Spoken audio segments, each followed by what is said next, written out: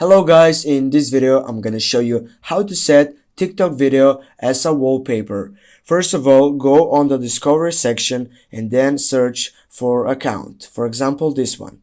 Now going on videos, and you need to choose a video, for example this one, and go on the share options on your right side and go on right, and as you can see the third section is set as wallpaper. Go on it, go install, because if you haven't installed the plugin you need to go and install it. Go install, open TikTok to set wallpaper, continue, go again.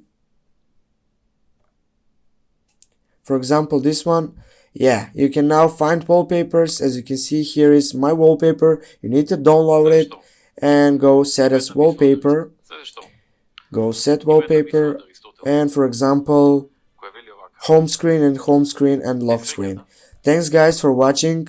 Make sure that you hit that like and share this video, and if you have some problems about this, comment down below. We will see and we'll react. See you soon guys.